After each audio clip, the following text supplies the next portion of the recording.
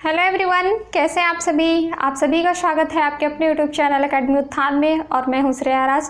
तो चलिए आज हम पढ़ने वाले हैं पॉलिटी के एक इम्पॉर्टेंट टॉपिक, चूँकि मैं आपको भारत के संविधान सभा के बारे में पढ़ा चुकी थी, जिसमें कि मैंने आपको उसके गठन की पूरी प्रक्रिया एक कहानी के द्वारा समझाई थी।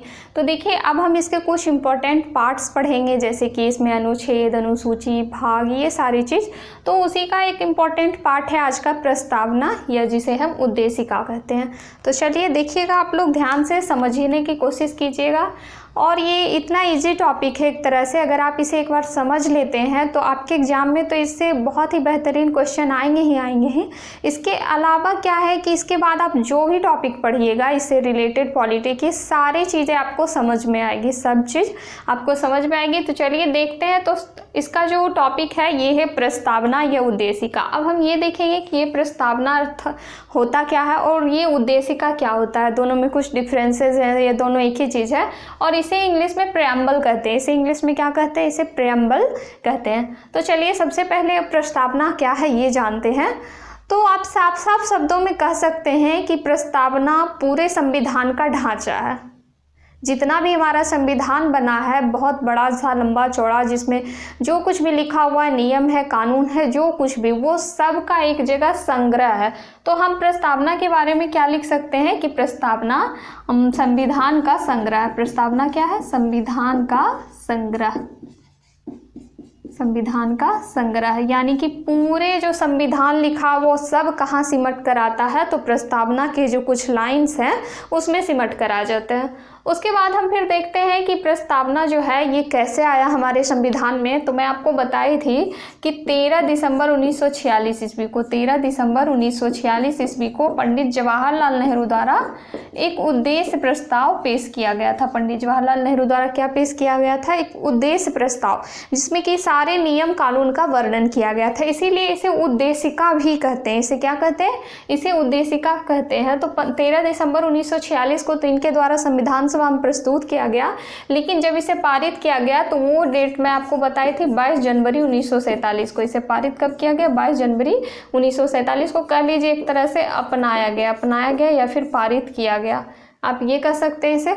तो ये था उद्देशिका यानी कि प्रस्तावना का, कि ये कैसे आया हमारे संविधान में। और आपको पता है कि 26 नवंबर 1949 ईस्वी को संविधान बनकर तैयार हुआ, या फिर इसे कहते हैं अंगीकृत हुआ, या फिर इसे हम कहते हैं कि पारित हुआ।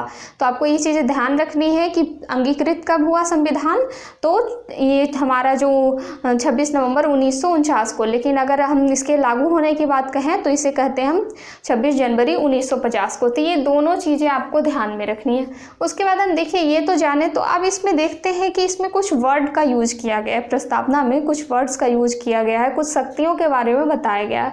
तो ये कुछ इंपॉर्टेंट वर्ड्स हैं जिसके बारे में मैं आपको बताऊंगी कि इसके स्रोत क्या थे, स्वरूप क्या थे, उद्देश्य कैसा था। तो ये सब मैं आपको बताऊंगी, लेकिन इसके पहले आप ये जान लीजिए कि जो प्रस्तावना में एक संशोधन किया गया, प्रस्तावना में एक संशोधन किया गया जिसके तहत कि कुछ वर्ड जोड़े गए थे। तो मोटा मोटी तौर पे तो आप जानते हैं कि 42वां संविधान संशोधन 1976 ईस्वी में 3 वर्ड जोड़े गए थे: समाजवादी, पंथ निरपेक्ष और राष्ट्र की एकता, राष्ट्र की अखंडता। तो ये चीज़ तो हम देख लेंगे, ये चीज़ बाद में देखेंगे। पहले इन चीज़ों को समझते हैं आखिर प्रस्तावना क्या, क्योंकि इसके बारे में 2-3 केसेस भी थे जिसके बारे में कि हमें वर्णन करना है। तो सबसे पहले देखते हैं कि प्रस्तावना में क्या क्या वर्णित है। तो प्रस्तावना में साफ साफ लिखा गया है, हम भारत के लोग भारत को एक संपूर्ण, प्रभुत्व संपन्न, समाजवादी, पंथ निरपेक्ष, लोकतंत्रात्मक गणराज्य बनाने के लिए तथा उन सबको व्यक्ति की गरिमा, उन सबको समाजवादी, पंथ निरपेक्ष, लोकतंत्रात्मक गणराज्य बनाने के लिए तथा उन सब में व्यक्ति की गरिमा, एक राष्ट्र की एकता एवं अखंडता सुनिश्चित करने वाली बंधुता बढ़ाने के लिए। तो इस तरह से एक लंबा सा ड्राफ्ट रेडी किया गया था, कुछ उसमें बताया गया था। तो उसका जो सबसे पहला वर्ड आता है वो आता है हम भारत के लोग। हम भारत के लोग, इसका साफ साफ क्या मतलब हुआ कि प्रस्तावना में जो ये हम का यूज किया गया, इसका मतलब कि ये संविधान किस पर डिपेंड करता है? तो भारत के लोग पर। इस संविधान में जो सारी शक्तियां किस पे है? तो भारत के लोग या फिर भारत की जनता, भारत के लोग या भारत की जनता में सारी शक्ति निहित है। सारी शक्ति किस में निहित है? तो भारत की जनता में सारी शक्ति निहित है। इसका साफ साफ मतलब ये कह सकते हैं कि संविधान जो है वो किस पे टिका है, तो हमारे देश के लोगों पे। कहा जाता है ना कि अगर हम सरकार बना सकते हैं तो सरकार गिरा भी सकते हैं। हम लोग ऐसा पावर दर्शाते हैं खुद में कि हम सरकार बना सकते हैं तो सरकार गिरा भी सकते हैं। इसका साफ साफ मतलब होता है कि जितनी भी शक्तियां संविधान की है वो सब किस में है, तो वो भारत के नागरिक में, भारत के जनता में। और यही संविधान का स्रोत है। ये संविधान का क्या है, स्रोत है। हम भारत के लोग यानी जनता में ही सारी शक्ति निहित है। और चूंकि आपको ये भी पता है कि हमारे देश में लोकतंत्र है, हमारा देश कैसा है, लोकतांत्रिक देश है। और लोकतंत्र के बारे में साफ साफ कहा गया है लोगों का तंत्र, यानी कि इसमें सारी शक्ति किसको मिलेगी, तो आम लोगों को मिलेगी। फिर देखिए ये तो संविधान के स्रोत के बारे में हो गई कि सारी शक्ति जनता में निहित है। अब देखिए इसके स्वरूप के बारे में देखते हैं, इसके स्वरूप के बारे में देखते हैं कि इसका जो ये स्वरूप ये कैसा है। तो सबसे पहले देखिए पॉइंट आता है संपूर्ण प्रभुत्व संपन्न। संपूर्ण प्रभुत्व संपन्न का क्या मतलब होता है ये जानना बहुत जरूरी है। तो संपूर्ण प्रभुत्व संपन्न का मतलब होता है कि भारत पूरी तरह स्वतंत्र है। किस चीज़ में, तो विदेशी नीतियों और आंतरिक नीतियों में। यानी कि हम कह सकते हैं कि ये जो वर्ड है, इस अधिकार के तहत भारत कोई भी आंतरिक नीति या विदेशी नीति में अपना स्वतंत्र रूप से कोई भी, आप कह सकते हैं कि ले सकता है, कोई भी एक्शन ले सकता है, वो बिल्कुल स्वतंत्र है। तो इसमें का क्या मतलब हो गया, तो इसका मतलब हो गया कि आंतरिक नीति एवं विदेश नीति में स्वतंत्र, आंतरिक नीति एवं विदेश नीति में स्वतंत्र। यानी कि भारत जो है वो किसी भी प्रकार की आंतरिक नीतियां जो कुछ भी रहेगी उसमें भी भागीदार हो सकता है भारत सरकार, और उसके बाद विदेश की जो भी नीतियां होंगी उसमें भी भागीदार हो सकता है बराबर तौर पे। तो संपूर्ण प्रभुत्व संपन्न का कभी कभी मतलब भी पूछ लिया जाता है, और ऐसे आपको जानना है कि विदेश नीति एवं आंतरिक नीति में पूरी तरह से स्वतंत्र। अब देखिए समाजवादी का क्या मतलब होता है, तो समाजवादी का तो सबसे पहला मतलब हम कह सकते हैं समता। समाजवादी का मतलब हम क्या कह सकते हैं, तो इसका मतलब हम समता कह सकते हैं, यानी कि बराबरी या समता। लेकिन यूरोप में जो है, यूरोप में समाजवादी का मतलब था संघर्ष, यानी कि जब निम्न वर्ग के लोग उन जो होते थे वो संघर्ष करके ही आगे बढ़ते थे, संघर्ष करके उच्च वर्ग तक पहुंचते थे। एक जो समाजवादी लाने की प्रक्रिया थी, समाजवाद लाने की प्रक्रिया, तो इसका मतलब हो गया कि संघर्ष करना, बराबरी में आना, यानी संघर्ष करते हुए बराबरी में आना। फिर देखिए पंथ निरपेक्ष की अगर बात की जाए तो पंथ निरपेक्ष का मतलब होता है कि किसी भी राज्य का या देश का कोई धर्म नहीं होना। यानी जैसे कहते हैं ना, फिक्स करती हैं हम कि बांग्लादेश जो होगा वो मुस्लिम बहुल देश होगा, तो पाकिस्तान मुस्लिम बहुल देश होगा, तो इराक ये होगा वो होगा। तो ऐसा हमारे देश में कोई वर्णन नहीं है, ऐसा हमारे देश में वर्णन नहीं। यानी कि हमारा जो देश है, हमारा जो राज्य है, इसमें क्या होगा कि कोई भी जाति धर्म के लोग आराम से रह सकते हैं, उस पर किसी भी प्रकार का प्रतिबंध नहीं लगाया जाएगा, क्योंकि यहाँ जो है राज्य को किसी भी प्रकार का धर्म आधारित शक्ति जो है वो नहीं दी गई। तो पंथ निरपेक्ष में हम क्या लिख सकते हैं, तो पंथ निरपेक्ष में लिख सकते हैं कि किसी भी राज्य का कोई धर्म नहीं, किसी भी राज्य का कोई धर्म नहीं, ऐसा वर्णित है हमारे संविधान में, यानी कि हमारे प्रस्तावना में ये वर्णित है। अब देखिए लोकतंत्रात्मक की बात आती है, तो लोकतंत्रात्मक का मतलब ये भी मैं बताई थी, लोगों का तंत्र, यानी कि सारी शक्ति जो है किस में है, तो ये जनता के हाथ में। यहाँ पे जो शासन व्यवस्था होगी वो वंशानुगत बिल्कुल भी नहीं होगी, क्योंकि सारी शक्ति जनता के हाथ में है। जनता जो समय समय पर चुनाव कराएगी, उसके बाद सरकार का गठन करेगी, और वो सरकार जनता के हित में ही काम करेगी। इसे हम क्या कहते हैं, तो लोकतंत्र शासन व्यवस्था कहते हैं। जैसा कि आपने अब्राहम लिंकन के एक स्टेटमेंट को भी पढ़ा होगा कि लोकतंत्र जनता का, जनता के द्वारा जनता के लिए शासन है, तो वही होता है आपका लोकतांत्रिक व्यवस्था। तो आप इसे ध्यान में रखिएगा। फिर देखिए गणराज्य या गणतंत्र का क्या मतलब होता है, तो आपको चूंकि पता है कि कभी कभी ऐसा होता है कि लोकतंत्र और गणतंत्र को हम एक ही समझ लेते हैं, लेकिन इसमें ज़्यादातर तो एक ही है, बस थोड़ा सा डिफरेंसेज है। तो क्या डिफरेंसेज है, तो आपको पता है कि हमारे जो संविधान का संवैधानिक प्रमुख होता है वो हमारे राष्ट्रपति होते हैं, जबकि वास्तविक प्रमुख की अगर बात की जाए तो प्रधानमंत्री होते हैं। तो इसमें क्या कहा गया है गणराज्य में या फिर गणतंत्र में, कि जहां ये दोनों मिलकर शासन करें, यानी कि भारत में संवैधानिक प्रमुख भी हो और भारत में और जहां वास्तविक प्रमुख भी हो, तो जहां ये दोनों मिलकर शासन करेंगे उसे हम क्या कहते हैं, तो उसे गणतंत्रात्मक या फिर गणराज्य कहते हैं। इसका साफ साफ मतलब हो गया कि जो प्रधानमंत्री तो जनता के द्वारा चुन के जाएंगे, लेकिन राष्ट्रपति जो होंगे वो भी किसी ना किसी निर्वाचन प्रक्रिया से जाएंगे, यानी कि किसी भी कीमत पर यहाँ वंशानुगत पद नहीं होगा, वंशानुगत पद नहीं होगा राष्ट्रपति या फिर प्रधानमंत्री का, और यही आपका कहलाता है गणराज्य या गणतंत्र। तो आपने यहाँ से ये समझ लिया, वो चीज़ें समझ ली। अब हम आते हैं उद्देश्य की तरफ कि संविधान का आखिर उद्देश्य क्या था, इस प्रस्तावना का उद्देश्य क्या था, इसको लाने का, इसको बनाने का। तो सबसे पहले देखिए इसका उद्देश्य था कि आम नागरिकों को कुछ अधिकार दिए जाएंगे। उद्देश्य होता है ना किसी भी चीज़ का। अब मेरे पढ़ाने का क्या उद्देश्य, अगर मैं ऐसा कहूँ तो इसका मतलब है कि मैं आप लोगों को शिक्षा देना चाहती हूँ, एजुकेटेड करना चाहती हूँ, आपका सिलेक्शन दिलवाना चाहती हूँ, तो ये मेरा उद्देश्य है। तो उसी तरह से इस प्रस्तावना का क्या उद्देश्य है, अगर इसकी बात की जाए तो फर्स्ट है न्याय। सबसे पहले क्या आता है, न्याय। अब न्याय का मतलब हो गया कि आपको न्याय देना, यानी कि आप पे किसी भी प्रकार का अत्याचार नहीं किया जाता है। जैसे न्यायालय सुनते हैं तो न्यायालय में क्या होता है कि किसी के साथ अगर कुछ किया गया हो तो वो जाके वहाँ पे अपील करते हैं और उसे जो है उसके हक में जो सही होता है सुनवाई की जाती है। तो वही होता है कि न्याय देना। तो इस न्याय को 3 तरीके से दिया गया। न्याय को कैसे दिया जाना, तो 3 तरीके से। अब कौन कौन, तो ये जो न्याय हमें देना है 3 तरीके से, तो अब देख लेते हैं कौन कौन सा तरीका है इस पे न्याय देने की। तो सबसे पहले तो सामाजिक न्याय, सामाजिक न्याय। उसके बाद जो हो गया आपका कह लीजिए आर्थिक न्याय, और तीसरा जो कह लीजिए ये हो गया राजनीतिक न्याय, राजनीतिक न्याय।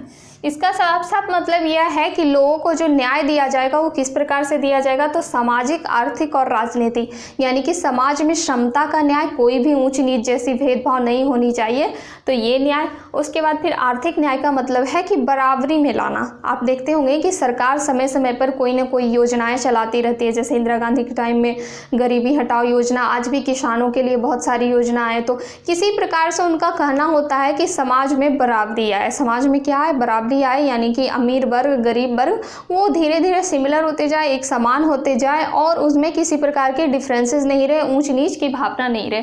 तो इस तरह से कह सकते हैं कि आर्थिक स्थिति को मजबूत करने के लिए भी इसमें कानून बनाए गए जिसमें कि आर्थिक न्याय में वर्णित है। फिर अगर राजनीतिक न्याय की बात करें तो आपने सुना होगा कि राजनीतिक में क्या होता है कि लोगों को जो है समान अधिकार दिया जाता है। जैसे कि सार्वभौम वयस्क मताधिकार के बारे में आप जानते हैं कि 18 साल से जो भी ऊपर के व्यक्ति वो सब वोट दे सकते हैं। तो ये राजनीति में समान भागीदारी, अगर कोई इस क्राइटेरिया के अंतर्गत आता है कि उसकी उम्र जो है 25 साल प्लस हो गई है और वो इच्छुक है लोकसभा में चुनाव लड़ने के लिए, तो वो लड़ सकते हैं। उसके लिए कुछ और भी है, जैसे दिवालिया नहीं होना चाहिए, पागल नहीं होना चाहिए। तो इस तरह से कुछ जो क्राइटेरिया बने हुए हैं, तो उसके अंतर्गत अगर आप आते हैं, कोई भी व्यक्ति, वो कोई भी जाति का, कोई भी धर्म का हो, तो आराम से यहाँ भारत की राजनीति में भाग ले सकता है। तो वो किस में बताया गया है, तो वो न्याय में बताया गया है।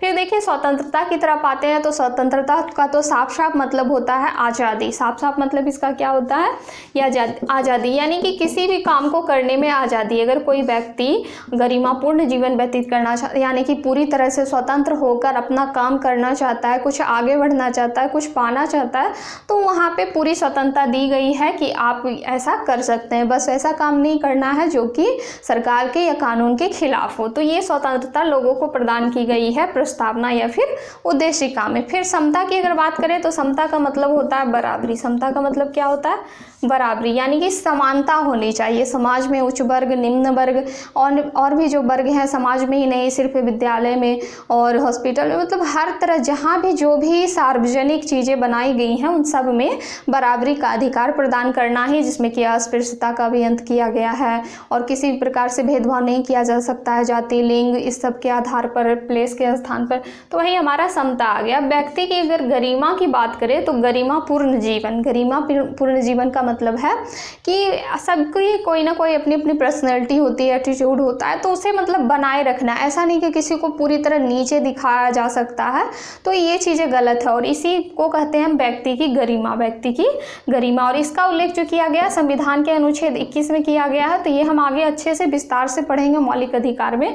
तो साफ साफ अभी आप यही समझ लीजिए कि व्यक्ति की गरिमा का मतलब होता है कि उनका गरिमापूर्ण जीवन व्यतीत करना। उसके बाद देखिए राष्ट्र की एकता एवं अखंडता की बात करें तो इसका साफ साफ मतलब हो गया कि हमारे देश में विभिन्न जाति, धर्म, संप्रदाय के लोग निवास करते हैं और उसमें एकता हो। एकता का मतलब है कि पूरी तरह से एकता हो, कोई भी टूट फूट नहीं हो, यानी हमारा राष्ट्र एक है। और यहाँ आपको पता है कि क्या कहा जाता है कि कोई भी कहते हैं एकल नागरिकता वाला देश। इसका मतलब हो गया कि आप भारत के नागरिक, आप ये नहीं कह सकते कि हम यूपी के नागरिक हैं या फिर हम बिहार के नागरिक हैं, महाराष्ट्र के नागरिक हैं, ऐसा नहीं, आप भारत के नागरिक हैं। यही एकल नागरिकता, यही राष्ट्र को एकता प्रदान करती है। तो राष्ट्र की एकता एवं अखंडता इसका मेन उद्देश्य था। उसके बाद देखिए बंधुता की बात करें तो बंधुता का साफ मतलब होता है भाईचारा। भाईचारा यानी कि वसुधैव कुटुंबकम, समस्त संसार ही हमारा कुटुंब है, ऐसा वर्णन किया गया था संस्कृत के शब्दों में। तो उसी का मतलब हो गया कि वसुधैव कुटुंबकम यानी कि बंधुता, एक दूसरे के बीच भाईचारा, प्रेम, आपसी मित्रता। तो यही चीज़ें इसमें वर्णित की गई है कि अगर देश का विकास करना हो तो सबसे पहले क्या होगा कि आपस में एकता होनी चाहिए, आपस में बंधुता होनी चाहिए। और इस बंधुता के आधार पर जब नागरिक अपना विकास करेगा तभी देश का विकास हो सकता है। तो यही चीज़ें इसमें वर्णित की गई, इसमें कुछ उद्देश्य थे यही सारे। अब देखिए इसके बारे में और हम देखते हैं कि ये जो संविधान की प्रस्तावना ये लिया कहाँ से गया था। ये जो प्रस्तावना ये कहाँ से लिया गया, चूँकि आपको पता है कि विदेशी स्रोत जो हमारे संविधान में जो लोगों को अच्छा लगा तो आसपास के देशों से ग्रहण किए हैं कि ये चीज़ें वहाँ की बहुत अच्छी विशेषता है वहाँ की, तो ये हम ले लेते हैं, यहाँ की ये चीज़ें अच्छी है। इसका मैं आपको एग्जाम्पल भी दी थी पहले की पॉलिटी में क्लास में भी मैं आपको एग्जाम्पल दी थी कि जैसे कि आप घर बना रहे हैं, आप जब घर बना रहे हैं तो आपको क्या अच्छा लगा, तो आपको किसी पड़ोस का पिलर अच्छा लगा कि उसने इस तरह के पिलर बनवाए हैं तो मैं इसमें डाल दूंगा। किसी सामने वाले घर का कलर अच्छा लगा, किसी का बालकनी अच्छा लगा, किस तरह से बन, तो वो सबको लेके उन सब का आइडिया लेके आपने एक घर बना और वो घर कैसा बना, तो बहुत ही ब्यूटीफुल बना। क्यों? क्योंकि आपने आसपास की जो भी अच्छी आइडियाज़ थी, जो भी अच्छे मटेरियल्स थे, उन सब का यूज किया खुद में। तो वही चीज़ें यहाँ हो गई कि जब हमारा संविधान बन रहा था तो भारत के जो संविधान निर्माता थे उन्होंने सोचा कि क्यों ना हम एकदम अच्छे से संविधान का निर्माण करें। इसीलिए उन्होंने बहुत सारी शक्तियाँ, बहुत सारी विशेषता अन्य अन्य देशों से ली। तो अगर बात करें प्रस्तावना की तो इसमें दो प्रकार के सब देश आते हैं, दो देश आते हैं। कौन कौन? तो एक तो अमेरिका हो गया, एक अमेरिका का नाम लिया जाता है और दूसरा लिया जाता है ऑस्ट्रेलिया का नाम, और इसमें कन्फ्यूजन हो जाता है। तो आज देखिए, आज कन्फ्यूजन को एकदम मिटा ही देना है। तो अमेरिका से क्या लिया गया? तो अमेरिका से प्रस्तावना लिया गया। जब डायरेक्ट पूछा जाएगा कि भारतीय संविधान की जो प्रस्तावना है ये कहाँ से लिया गया, तो ये कहाँ से? तो अमेरिका से लिया गया, अमेरिका के संविधान से। लेकिन अगर पूछ लिया जाए कि भारतीय संविधान में जो प्रस्तावना की भाषा है, यहाँ जुट गया देखिए प्रस्तावना की भाषा, तो जहाँ पर पूछा जाए कि भारतीय संविधान में जो प्रस्तावना की भाषा है ये कहाँ से लिया गया, तो ये लिया गया आपका ऑस्ट्रेलिया के संविधान से। तो ये दोनों चीज़ों को आपको ध्यान में रखना है कि प्रस्तावना, फिर प्रस्तावना की भाषा, ये ऑस्ट्रेलिया से लिया गया है। अब देखिए अगर बात करें कि इस प्रस्तावना जो है इसमें संशोधन हो सकता है या नहीं हो सकता, तो इसके लिए दो तीन केस जो है वो फेमस है। सबसे पहले तो 1960 में जो बेरूबारी का केस हुआ था, बेरूबारी का केस, इस बेरूबारी के केस में सर्वोच्च न्यायालय ने क्या कहा था ये जानते हैं हम। तो इसमें सर्वोच्च न्यायालय ने कहा था कि ये जो हमारा प्रस्तावना है, सर्वोच्च न्यायालय ने कहा था कि ये जो प्रस्तावना है ये संविधान का अंग नहीं है, ये जो है ये संविधान का अंग नहीं है, इसीलिए इसमें कोई भी संशोधन नहीं किया जा सकता। यानी कि 1960 के केस में इन्होंने क्या किया कि संशोधन नहीं किया जा सकता, किसी भी प्रकार का अमेंडमेंट नहीं होगा, तो संशोधन नहीं किया जा सकता, ऐसा इन्होंने कहा 1960 के बेरूबारी केस में। लेकिन फिर 1973 ईस्वी में, 1973 ईस्वी में जो केशवानंद भारती बनाम विवाद था, केशवानंद भारती बनाम केस, इसके बारे में आपने बहुत सुना होगा। इसी में सबसे बड़ी बेंचें भी बैठी थी सर्वोच्च न्यायालय में जजों की। तो केशवानंद भारती बनाम विवाद जो हुआ 1973 ईस्वी में, तो इसमें कहा गया, सर्वोच्च न्यायालय ने ऐसा माना कि चलो ये जो प्रस्तावना है ये संविधान का अंग है, यानी ये प्रस्तावना ये संविधान का अंग है और हम इसमें संशोधन कर सकते हैं। हम इसमें क्या कर सकते हैं? तो संशोधन कर सकते हैं, संशोधन कर सकते हैं। लेकिन इसमें एक रख दिया गया, एक प्रकार का शर्त जिसे कह सकते हैं, एक प्रकार का शर्त रख दिया गया कि संशोधन तो करेंगे लेकिन इसके मूल ढांचे में कोई भी प्रकार का परिवर्तन नहीं करेंगे। यानी कि इसका जो मूल ढांचा बन गया संविधान निर्माण के समय, इसमें परिवर्तन नहीं। तो इसमें एक क्वेश्चन भी आता है कि मूल ढांचा का संबंध किस केस से है? मूल ढांचा का जो संबंध है संविधान के प्रस्तावना का, तो ये 1973 के केशवानंद भारती बनाम विवाद का है और इसमें कहा गया था कि प्रस्तावना संविधान का अंग है, इसमें हम संशोधन कर सकते हैं लेकिन बस इसके मूल ढांचे में किसी प्रकार का परिवर्तन नहीं करेंगे। जब सर्वोच्च न्यायालय ने ऐसा आदेश सुना दिया तब जाके हुआ संविधान में पहला संशोधन और एकमात्र संशोधन। यानी कि आज तक संविधान में सिर्फ एक ही संशोधन हुआ है, वो कब हुआ? तो ये हुआ 42वां संविधान संशोधन 1976 में। ये कब हुआ? तो 42वां कॉन्स्टिट्यूशनल अमेंडमेंट 1976 में किया गया संविधान में संशोधन। ये 1976 में, चूँकि आपको पता है कि भारतीय संविधान में अनुच्छेद 368 में संविधान में संशोधन की बात कही गई थी, तो इसी अनुच्छेद के तहत 42वां संविधान संशोधन 1976 में किया गया, जिसमें कि प्रस्तावना में 3 शब्द जोड़े गए। प्रस्तावना में 3 शब्द जोड़े गए। अब कौन कौन से शब्द जोड़े गए ये देखते हैं हम। तो चूंकि कहा गया था कि इसके मूल ढांचे में किसी प्रकार का परिवर्तन नहीं करना है, यानी कि कोई भी शब्द यहाँ से हटाया नहीं गया, बल्कि बाद में 3 शब्द और जोड़ दिया गया। तो कौन कौन से शब्द थे? तो एक तो समाजवादी, एक कौन सा था? एक था समाजवादी, दूसरा पंथ निरपेक्ष, पंथ निरपेक्ष, और तीसरा जो था वो था राष्ट्र की अखंडता। तीसरा था राष्ट्र की अखंडता।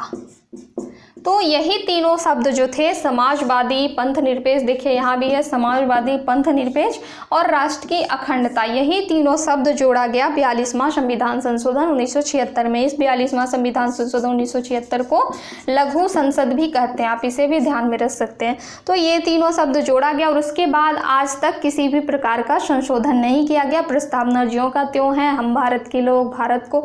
और अभी हाल ही में आपने पढ़ा होगा कि ऑस्ट्रेलिया ने भी अपने संविधान में कुछ संशोधन किया, जिसमें कि वी द पीपुल करके कुछ आगे पार्ट जोड़ा गया है। तो ये भी चीज़ें आपको ध्यान में रखनी है। तो अब संशोधन हो गया नए संविधान में, यानी कि प्रस्तावना में कुछ चीज़ें जुट गई और भी सशक्त हो गया। उसके बाद देखिए इसके बारे में कुछ बातें आती हैं। बातें क्या आती? किसी ने संविधान की प्रस्तावना को कुछ कहा, किसी ने कुछ कहा। तो N.A. पालकीवाला, आपको 2-3 बहुत इंपॉर्टेंट याद रखना है। तो N.A. पालकीवाला ने क्या कहा था? ये कहा कि संविधान की जो प्रस्तावना है ये संविधान का परिचय पत्र है। जैसे कि आप लोग को कॉलेज सब में परिचय पत्र मिलता है, आइडेंटिटी कार्ड, तो उसी तरह से संविधान का परिचय पत्र है। ये किसने कहा? तो ये कहा है ये कहा है N.A. पालकीवाला ने कि संविधान का जो ये परिचय पत्र है संविधान की प्रस्तावना। फिर अगर बात करें अल्लादी कृष्णा स्वामी अय्यर की, तो इन्होंने क्या कहा था प्रस्तावना के बारे में? तो इन्होंने कहा कि प्रस्तावना जो है वो दीर्घकालीन सपनों का विचार है, यानी कि लंबे समय, दीर्घकालीन का मतलब है कि लंबे समय से जो सपना हमने देखा है कि हमारा संविधान हो, हमारा देश आज़ाद हो, हमारी शासन व्यवस्था हो, तो उसी का एक ये क्या है? तो उसी का विचार है। तो हम यहाँ लिख सकते हैं कि दीर्घकालीन सपनों का विचार। इसके अलावा देखिए संविधान की जो प्रस्तावना है उसे कहीं कहीं पर कहा जाता है कि ये संविधान की आत्मा, ये संविधान की आत्मा है और कुंजी है। जब मैंने ऐसा कहा कि ये संविधान की आत्मा है, ये कुंजी है, तो आपके मन में एक बात आया होगा कि ये जो हमारे मौलिक अधिकार है, मौलिक अधिकार का जो अनुच्छेद 32 में संवैधानिक उपचारों का अधिकार है, उसे भी तो संविधान की आत्मा कहा गया। तो इन दोनों में अंतर कैसे स्पष्ट करें? तो देखिए इसका साफ साफ बहुत आसान है इसमें अंतर स्पष्ट करना। जब भी कहा जाए, जब भी ऐसा कहा जाए कि डॉक्टर भीमराव अंबेडकर ने किसे संविधान की आत्मा कहा, यानी कि जब डॉक्टर भीमराव अंबेडकर का जिक्र कर दिया जाए कि डॉक्टर भीमराव अंबेडकर ने किसे संविधान की आत्मा कहा, तो आप हमेशा लगाएंगे संविधान के अनुच्छेद 32, यानी कि संवैधानिक उपचारों का अधिकार। संवैधानिक उपचारों के अधिकार को ही डॉक्टर भीमराव अंबेडकर ने संविधान की आत्मा कहा। लेकिन जब किसी भी व्यक्ति का नाम वर्णित ना हो, डायरेक्ट ये पूछ लिया जाए कि संविधान की आत्मा किसे कहते हैं, तो आप प्रस्तावना लगाएंगे और यही आपका राइट आंसर होगा। तो ये दोनों चीज़ को आप ध्यान रखिएगा। संविधान की कुंजी भी कहा जाता है। कुंजी का मतलब भी होता है कि सारी जो संविधान में जो भी बातें वर्णित की गई है वो सब प्रस्तावना में डाल दी गई है। तो आज ये आपको सारी चीज़ें याद रखनी है, कहाँ से लिया गया, इसके वर्ड्स क्या क्या हैं, उसमें क्या क्या कहे गए हैं, और उसके बाद फिर इसके लिए क्या क्या संशोधन होगा, क्या क्या इन्होंने किसने क्या क्या कहा है। तो ये सब चीज़ें आपकी प्रस्तावना में आपको ध्यान में रखना है। और अब देखते हैं कि आपको अच्छा लगता है या नहीं लगता है। अगर अच्छा लगेगा तो बताइएगा ज़रूर, अपने दोस्तों को भी शेयर कीजिएगा। तो कमेंट करके ज़रूर बताइएगा अच्छा लगा या नहीं। और अगर चैनल पे नए हैं तो चैनल को सब्सक्राइब भी कर दीजिएगा।